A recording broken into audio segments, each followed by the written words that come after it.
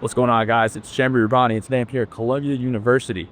Now, since October 7th and the ensuing war in Gaza, American universities, Columbia in particular, have been flashpoints of violence and division. Students here have supported and marched and protested for Palestinian rights, but at times, these protests have divulged into darker territory. They've oftentimes gotten violent, they've been endorsing terrorism, even sparking some accusations of antisemitism. A much quieter scene. Hundreds of students remain camped out with sleeping bags and umbrellas. The Gaza Solidarity encampment was cleared out on Thursday.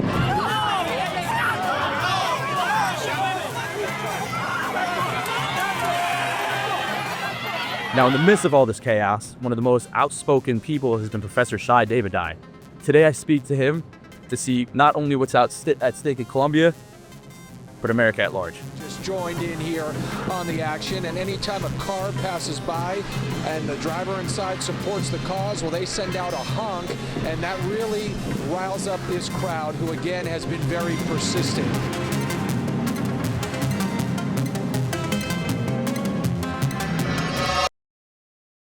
All right, guys, really special episode today. We're joined by Shai Davidai, a former assistant professor at Columbia Business School and a prominent Israeli-American voice in the debate over campus free speech, anti-Semitism, and the Israeli-Palestinian conflict.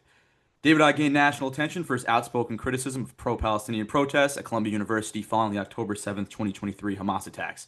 He argued that the university's response to these protests endangered Jewish students and allowed hate speech to flourish unchecked. In the wake of these protests, Davidai organized and participated in several pro-Israel demonstrations on campus, confronting university administrators and calling for stronger action against what he perceived as anti-Semitic rhetoric. His activism included public speeches, social media posts, and direct confrontation with university officials, which led to a petition with over 10,000 signatures calling for his termination. Columbia University temporarily suspended him from campus, citing allegations of harassment and intimidation towards university employees. Davidai denied these allegations, asserting that his actions were a response to the university's failure to protect Jewish students. In July 2025, Columbia closed its investigation to Davidai without a determination of wrongdoing. The same day, he announced his resignation, stating that he no longer believed in the institution or faculty. Since leaving Columbia, Davidai has continued his advocacy through his podcast and public speaking engagements like this one, and focusing on challenges facing Jewish students on American campuses and the broader implications for free speech and American freedom. Shai, first I wanted to start off. Thank you so much for joining me today. Thank you. Thank you so much for having me. And already in the introduction, I have like so many ideas and things. The one thing I would say is like the way, like, yes, there was a 10,000 signed petition to fire me. There's also a 50,000 petition to reinstate me. Oh, okay. So it balances out. Which shows you the futility of signing online petitions, I guess. Yeah, no, absolutely. But I already told you before we started recording that I am a longtime admirer. Since I saw you like on social media, in the news about your pro-Israel advocacy. So, yeah, pleasure to have you on, and I am honored. But I did want to start off just with Columbia in general. Now, from your vantage point, what exactly is happening, or what has happened at Columbia University that sort of made it such a flashpoint in the post-October 7th debate? You describe yourself as left-leaning, peace-oriented, not particularly religious. And I was reading from your Wikipedia page, you didn't even serve in the West Bank during your military service. So what made you feel so strongly about this cause? And was there a specific moment or incident that sort of pushed you to become more outspoken on campus? That is great. So since you mentioned the West Bank part, so when I was 18, I was in Israel. You have to enlist. It's mandatory. I knew that I wanted to do as much as possible because that's my citizen obligation. But I also did not want to serve in the West Bank. I didn't want to serve as part of something that I saw as complicated as something that I may not be helping. So I ended up joining the Navy, which is the only military wing that doesn't have a West Bank or because it's in the water. Yeah. A lot of times people refer to me as pro-Israel, as supporter of Israel. Now, of course, I'm pro-Israel in the sense that I'm Israeli. All my family is there. I was born and raised there. I go there twice a year. My kids spend the entire summer there. But really, my advocacy, starting to speak up, had nothing to do with that. It really was because I saw something wrong on campus. I was shocked by it, and I felt like something had to be said. And the thing that was wrong was the fact that we had students, faculty, and staff immediately after the October 7 massacre, openly celebrating the massacre. We saw them cheering on the terrorists, the rapists, rather than the victims. And we saw an administration that was unwilling to say, this is not what we stand for. Now, when I saw all of this, I thought at first this was a misunderstanding. I really did. I thought, maybe they don't know about what's going on. Maybe they haven't seen the reports, the videos on the ground. Maybe there's something that is missing. But then I realized that no, they were clearly and obviously aware of everything that was going on, and they supported it. When I saw that, I just felt like this is not the place that Columbia is supposed to be, or any university is supposed to be. In the same way that if they were supporting Al-Qaeda, Al-Bashab, the West Baptist Church, the KKK, or the Kach Party, the Jewish terrorist organization from the 80s and 90s. So to me, this was just a question of like, where am I as an educator? Where am I supposed to stand? And ended up standing there. Yeah, no, absolutely. And that makes perfect sense. So essentially what you're saying is, yes, you are Israeli, but at the end of the day, that didn't even matter. You are human. You saw an injustice and you saw people sort of rooting on the Hamas massacre. And, to me, as a human, I'm Jewish. My father's Israeli. I don't even need to be that to sort of call out that wrong. As a human, obviously, that is wrong. So, thank you for that helpful by the way, context there. When Russia invaded Ukraine, I'm neither Russian nor Ukraine, but I stood up. When the Syrians were massacring Druze over last summer, I'm neither Syrian nor Druze. I stood up. It has, of course, my natural leanings is to my people, nation, tribe, whatever it is. Just like I expect anyone from any side, a Palestinian would first care more about Palestine, Of course. just like an Israeli would care more. But your caring shouldn't stop there, right? Of course, it should be for everyone, and I think both of us can have sympathy for innocent Palestinians in Gaza right now. So yeah, obviously at the end of the day, we're human. We're sort of tribal in a sense where we have our leanings, but we are humans at the end of the day, and whenever we see injustice or pain, we're going to call that out. So I did want to sort of shift to your thoughts on Gaza and on campus. Why do you think so many students and activists, particularly at elite universities like Columbia, they sort of latched onto Israel and Gaza more intensely than any other global issue? And, while we all can obviously acknowledge the suffering there is tragic, immense, it's deeply sad. Do you believe there's any truth to, their claims of, genocide, or that Zionism is white supremacy, or any other accusations being made on campus? And sort of how do you respond to them? There is no truth. And there is no truth because you can really see what's happening on the ground. And when I say on the ground, it's not just in the protests, right? The protest is the acne popping up. But underneath the surface, what you're seeing in classrooms and lectures and departmental events across colleges and universities, they shift the definition to fit the facts rather than shift their explanations or understanding of their theories based on the facts, right? So is there horrific, unperceptible death in Gaza? Yes. Innocent people are dying. The ratio of innocent people dying to terrorists is actually not different than many other wars, but it is still a mass tragedy. Is it an intentional attempt to destroy or kill part or an entire of a people? No. So it's not a genocide just by that definition. And in fact, you can see that many organizations are changing the definition. Right. Is Zionism a white supremacist, settler, colonial, European imperialist project? No, Zionism is the self-determination of Jewish people in their ancestral homeland. Just like any other people have the right to self-determination, right? But when that doesn't fit the narrative, then they start changing the definition.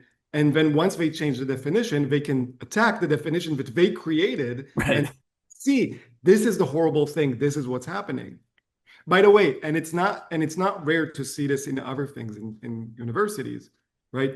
People project what is conservatism, and then they attack, they hurl attacks at their projection of what is conservatism, in the same way that conservatives project what is liberalism. They don't really engage with what is liberalism, and then attack their projections. So you see that a lot on campuses. I don't doubt that the deep-rooted empathy for innocent people in the conflict is there at the students, right? Inside the students, or at least was there in the beginning. what happens in these kind of movements, in these kind of radical organizations, is that that empathy, that real human connection, is then misused and sometimes abducted for the ideology. And Right. that's what we've been seeing. Of course. And I've been seeing also like international organizations, correct me if I'm wrong, have also been sort of changing the definition of genocide. And like we could agree it's both a tragedy, but on the ground, I don't think the facts match that up. I don't think that there's an intent to eliminate the Palestinian people. And by that very definition, there wouldn't be a genocide. But I know And, organizations have been shifting the goalpost to sort of meet that standard. but the irony, I think, is had they from day one of the response, right? Because day one was an actual attempted genocide of Jews in southern Israel. Right. But the response has been very, very brutal by Israel's, calculated yet brutal. And had they from day one have used, look, this is horrible, war is horrible, let's stop the war, you'd have a very different experience in the past 2 years. But instead, they immediately started saying this is genocide. In fact, they said this is genocide in the 2021 Yep.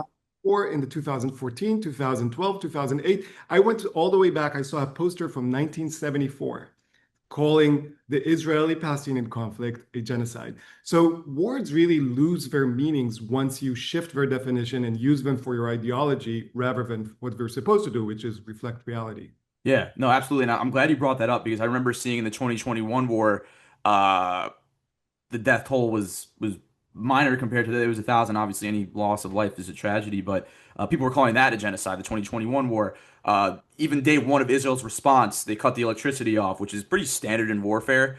They were calling it a genocide from day one. I saw some pro-Palestinian people post that as well. So, words are really just losing their meaning at this point. To your point, now I did want to sort of go back onto campus, and sort of what really struck me was the open endorsement of terrorism. I remember seeing a video of a girl. I don't even think she looked like, I don't know, like a white girl wrapped in a keffiyeh, standing next to a Jewish student saying like Al Qassam's next target. We've seen student groups and even some faculty openly defend or really minimize Hamas's October 7th attack. Why do you think educated progressive students, many of them white and privileged, end up endorsing extremists or terrorist groups in this context? So I've spent a lot of time thinking about that. I actually am on the final pages of writing a book exactly about that and starting to understand all of this. There are psychological reasons, the need for identity and belonging, and you show up on campus and immediately people tell you, if you agree with us on this, you have an entire social network. There are historical reasons with the anti-Zionist as a reshaping or a remaking of anti-Semitism coming from Soviet Russia into the U.S. Education system as a way to kind of like as almost of a fifth column. And there are just theoretical reasons. So if you really track what I've been calling American intellectual anti-Semitism, this anti-Jewish, anti-Israeli, but also anti-American rhetoric and ideology that's happening on campus, you'll see that it's blaming Israel for every problem that we have in the US and we are unable to solve today, right? So the first two are obviously the big sins or misfortunes or whatever you want to call them in the United States establishment, the genocide of Native Americans and the in slavery and racism against African Americans, right? So obviously, you can't change the past. So what do? You project that onto Israel. It's engaging, lo and behold, both in genocide, apparently, and in apartheid, right? A racist government system, both of which are not true. But again, it's a projection. If you see it, this is how you get students from, for example, Queers for Palestine, right? Unable to deal with the real homophobia, transphobia that's happening in the United States, they project it onto the most gay-friendly country in the Middle East, right? You see this with climate activists, unable to stop the real, like we're train that's burling towards a climatic disaster. They project it onto Israel, calling it greenwashing. The fact that so it really is just a way to project your problems onto something else, thinking that if we only solve the problem of Israel's existence, or as I call it, the Jewish problem, which has been the Jewish problem for thousands of years, then you'll solve your own problems. It's nothing new, but now it's shielded with a veneer of legitimacy and theoretical jargon. Okay, cool. So I appreciate all the context that you've given just on campus, all the protesters, and just all your thoughts there. I sort of wanted to get into your time at Columbia. Now, in July of 2025, Columbia's Office of Institutional Equity, OIE, closed its harassment investigation into you without a determination of wrongdoing. You posted a screenshot of that letter saying Columbia had admitted that you hadn't done anything wrong. On the same day, Columbia Business School announced your departure. One of your accusers later posted a different letter suggesting the investigation ended because your employment ended. You said you resigned voluntarily because you no longer believe in the school or its faculty. Can you sort of walk us through what really happened so we can get to the bottom of it with the investigation and your sort of decision to resign? That's a great question, and I think it's a fair question. It's one that really shows how Columbia deals with everything. Just to give everyone context, I spoke up on October 18th, 2023, so 11 days after the massacre, basically saying support for terrorism on American campuses is unacceptable. Pretty reasonable. Yeah. I urge people, don't take my word at it. Go and listen. It's a 10-minute video. Go and watch it. That day, Students for Justice in Palestine started a coordinated campaign to silence me. They en masse targeted me by basically complaining that I targeted them or harassed them based on ethnic or national identity. Now, interestingly, if you go and watch that video, or if you go and watch anything I've ever said in the past 2 years, I have never referred to Muslims, Arab, Palestinians, or anything for two reasons. One, because I call myself pro-Palestinian. I see myself as pro-Israel, pro-Palestinian, anti-terror. And my problem is not with people's demographics, with identity. It's just with their ideology. So that's the first reason why. And the second thing is, you go and you read things I've written about my support for a two-state solution, for coexistence, for all of that. So that investigation started on October 18th. Formally, I got a letter on February 8th, 2024, telling me that I'm under investigation. I was not thrilled about it, but I said, okay, let's do it. Hopefully you can do it transparently, because everything I've done is out in the open. It's supposed to take 120 days. It took it more than 500 days to conclude with no findings of wrongdoing or no determination of wrongdoing. Part of that was my decision to leave Columbia.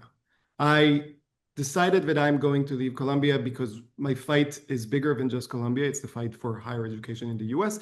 And because Columbia is no longer a place I respect. I don't want to waste my time in a place I don't respect. When I did so, I told my lawyers that I am going to leave Columbia, but on my terms. And I will never, ever accept being found guilty of something that I'm innocent. So basically, Columbia was in a position where they could have found me guilty and then had to defend itself in court, which they knew they would lose because I've been keeping all the receipts. My lawyers have been tracking everything, or find me innocent and then have a complete inflaming of the campus again with protests of students, faculty, and staff, just enraged by the fact that the university will go by the fact and truth and not by their ideology. So Columbia sat on the investigation and refused to either find me guilty or innocent for more than a year. When I decided to leave, part of the decision was I will leave if and when the investigation is closed. When the investigation was closed with no wrongdoing, that was my cue to leave. Now, of course, in true Columbia fashion, while it was telling me and the world one thing, it tried to appease the students and the faculty that were the ones basically fueling the fire on campus for 2 years. The student that got the email that then came up and put it on social media, that's the same student that was suspended for 6 months because she organized the illegal pro-Hamas encampment on campus. That's the same student that has spread crazy allegations about me in interpersonal relationships. It's the same student that has somehow argued that I was responsible for Mahmoud Khalil's arrest and that I have a direct line to the university. Typically, 30 years ago, none of us would hear about this. It would be a crazy few students, ideologically driven and supported by their faculty. Now, when every student has 30,000 followers on social media, these kind of things can ruin people's lives, as in many ways it has for me. So it sounds like the university did clear you of any wrongdoing, but they just had to tell the public inconclusive to sort of appease the masses on campus, essentially. Yeah, I mean, look, if you spend 500 days, which is 4 times more than you should be, on an investigation and you were unable to conclude it, probably you didn't find anything that the person did Exactly. wrong. We have had investigations on campus about professors who's done racist things. They close immediately. Sexist things immediately. Homophobic immediately. Transphobic immediately. Xenophobic. Whatever you want. When you do nothing wrong, the investigation can't find you of wrongdoing. Right. I did want to sort of pivot the conversation. And again, thank you for sort of explaining your case there. Sort of wanted to bring it to more recent news, just obviously with the recent assassination of Charlie Kirk. And, of course, he was assassinated while speaking on a college campus, which is obviously a stark and tragic example of free speech under attack. Given the climate we've seen at Columbia, including hostility towards Jewish students and sort of the normalization of anti-Israel rhetoric, do you sometimes worry that campus tensions could sort of escalate into political violence? And how do you see Kirk's death shaping the national conversation about free speech and campus safety? I completely see it as such. In fact, a lot of people have been sharing videos about Charlie Kirk's views, from either side, positive or negative, on any social issue. And by the way, I completely disagreed with a lot of his views. Yeah.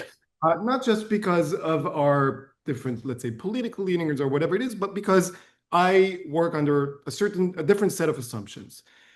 But I respected the guy for engaging in conversation, and I respected him for engaging in logical reasoning. But the real point that he was trying to make, the two real points that he was trying to make, are basically lost on everyone. One is that we don't really have an environment of free speech on college campuses, right? If even someone like myself is worried about expressing their empathy to a slain, assassinated person because of what my past colleagues and students would think of me, that shows you that there's no real free speech. There is a self-censorship by intimidation. But the second thing he was trying to show is that college students are way more confident in their knowledge than they are knowledgeable. Mm-hmm. Right? He would have conversations with very, very highly intelligent, educated 20-year-olds, and within 3 minutes, completely dismantle their entire argument because they have never been challenged to think differently. They've become lazy because their professors have become lazy, right? So what do you do what happens when you have lack of free speech and more confidence than knowledge? You have a soil that's ready for violence. When I travel around the country and around the world speaking, I always have security. Now, I don't walk around like Charlie Kirk with 3 bodyguards around me because I'm not that big of a deal, and I hope not as many people care either way about me. But there is always that sense of you are saying something that other people don't like, which is fine, but those people may resort to violence, so you stop saying that. In August 2024, the students in Columbia with students at other New York universities organized a virtual event with an imam from Utica, New York. Now, I have no problem with imams, just like I have no problem with rabbis or priests. This specific imam, Tom Fachin, on October 10th, 2023, said that he supports Hamas, no ifs, buts, no questions, right? And in this event with the students, he told them specifically to target Shai Davidai, because if they can bring down someone like me, they'll silence 100 people more. And in fact, that works, right? I've met a lot of professors who tell me, I completely agree with you, but I don't want to lose my job like you lost your job. I don't want to be afraid for my kids like you are afraid for your kids. I don't want that. So the violence is already there. Whether it's, the worst cases like the one with Charlie Kirk, like an assassination, that's almost something that I can't still comprehend. But the violence, the idea of shutting people down for what they believe in, has been there for a while. Yeah, and I think as based on what you're saying, and obviously with the news with Charlie Kirk, free speech is certainly under attack. And I certainly didn't agree with every view that he held, but it was always interesting just seeing him go to college campuses and debate other viewpoints. So certainly the opposite of a fascist or anything that they were saying he was.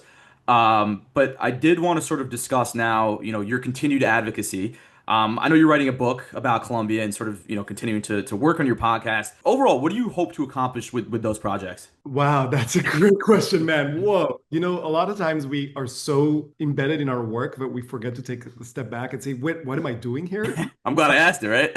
You're absolutely great. It's a great question. So what I'm trying to do is a few things. I guess I'm trying to educate people and get people to educate themselves. When my book hopefully comes out sometimes in the next year, a lot of it is not my opinion. Most of it is not my opinion. It's not my views. It's historical. It's historical data. It's events that have happened. It's logic and reason. There's notes, and it's more about go and read for yourself, right? So one, educate people. Two, create communities of people, right? Because a lot of people talk about this silent majority, this quote unquote people that agree with each other, but they're silent and they don't know. I want to bring them out of the woodworks and bring the moderate, the centrists to come and speak together with each other. So you got education, you got community, but finally, the most important thing is to activate people, to work with their community based on the education that they have amassed either externally or taught themselves in order to make the world a better place. And I call myself a radical moderate, right? In the sense that I am devoted to the idea that to make society healthier, to make democracy stronger, we need to have a very, very strong and very loud moderate centrist left, centrist right, centrist whatever, but it has to be in the middle. You cannot fight extremism on one side with extremism on the other side, because then the seesaw just breaks in half. The best way to fight extremism is to make the center way stronger. I guess that's my ultimate goal. And as you can see, nothing that I just said is specific to Jews or Israelis. This is about Everyone. Western liberal values. Yeah. And if you agree with those, I think you'd find at least something of value that I do. Yeah, and I've always seen your social media posts and what you sort of advocate for, but like in this time of, just hearing about the far left and far right, just hearing you talk and, taking a more moderate approach, bringing people together is definitely a breath of fresh air for sure during these times. And I did want to end on even more of a, I guess, stronger question to think about. What do you think the long-term consequences will be for, Colombia, academia more broadly, and for American politics if sort of this pattern of hostility toward Israel and Jewish students goes unchecked? And I just want to say, of course, there's nothing wrong with criticism of Israel. I think Israel doesn't do things right all the time, of course. Just with this pattern, what do you think would happen if sort of, this hostility and, treatment of Jewish students just sort of goes unchecked? I think that we have, again, it's one of those points where we have to look back at history and see that, of course, it's not every time, but a lot of times throughout history, when Jews were attacked as individuals, as a community, and obviously the existence of the state of Israel is the ultimate expression of communal Judaism, right? When Jews are attacked, it almost always serves as a harbinger for worse things to come to society in general. So people talk about Jews as the canary in the coal mine, right? The canary that dies, and when it stops singing, basically it shows the miners there's toxic gases in the air, it's time to leave. I'm afraid that what we're seeing now is the canary in the coal mine for society in general. Charlie Kirk wasn't Jewish. He was assassinated for his beliefs, right? Why was he assassinated for his beliefs? Because the environment created by 2 years of the glorification of violence allowed for that. In the same way that the CEO of United Healthcare was assassinated for just being the CEO of United Healthcare. No one even stopped and asked him, what do you believe in, right? So that is my concern. Now, we have to remember that the fight happens in college campuses, but it's not just for college campuses. It's for the United States. So 5 out of the 6 previous presidents have had at least one degree from an Ivy League school. 90, sorry, I'm forgetting the number. 30% of senators have a degree from just 3 schools, Yale, Harvard, or Georgetown. So they have an undue influence. 25% of the New York Times and the Wall Street Journal's writers and editors have come from these elite Ivy League schools. So while we fight for the state of education in these universities, what we're really doing is fighting for American future, for politics, for journalism, for media, your doctors, your social workers. Everyone is trained in these or other kind of schools. So to me, that's the fight. You know, what starts in Columbia doesn't end at Columbia. They can lock the gates however much they want. The ideas ripple throughout society. And I want to make sure that we go back to the ideas of true education rather than the indoctrination we see.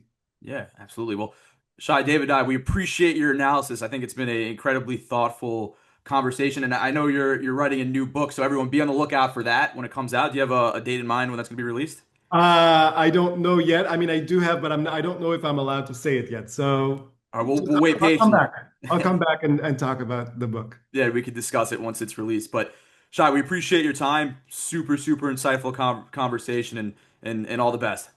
Thank you very much.